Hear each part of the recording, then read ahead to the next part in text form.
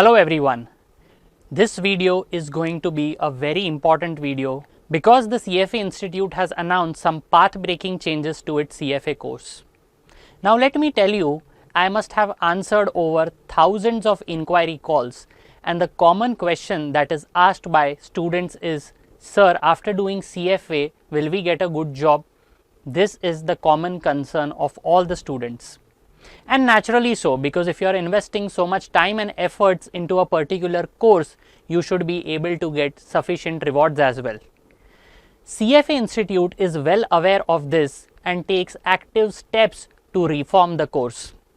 Some of the changes which it has recently announced are just superb in my opinion.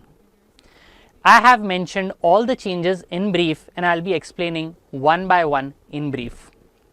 The first one being that the CFA Institute is focusing more and more on practical skills rather than theory. And there is vast difference between what you learn in theory and what you apply in practical life. We at our classes try to bridge that gap by explaining more and more towards the practical side. So the first change announced by the CFA Institute is that it is coming up with practical training modules. Level 1 candidates will have the option to choose from Python or financial modeling. Now this is going to be a 10 to 15 hours course, pre-exam course. So you cannot appear for the exam unless you have completed this practical training module. You can select any one of your choice. Level 2 candidates also have two options, advanced Python or analyst skills. Unless and until you complete this practical training program, you cannot appear for level 2.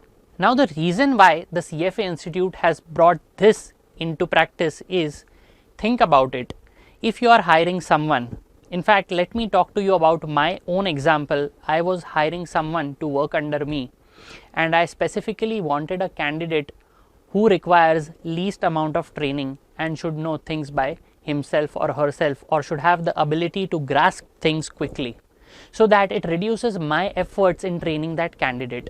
Similarly, employers also look for such candidates who are practically very sound and thus they require minimum amount of training. CFA Institute is in touch with so many employers that it keeps taking feedback from the employers, and gathering so many feedbacks has led CFA Institute to this conclusion of introducing practical training modules into the course. A very welcome move in my opinion. The second one is regarding the eligibility criteria. Earlier the eligibility criteria was that a candidate can appear for the CFA exam only once he or she is in the final year of graduation.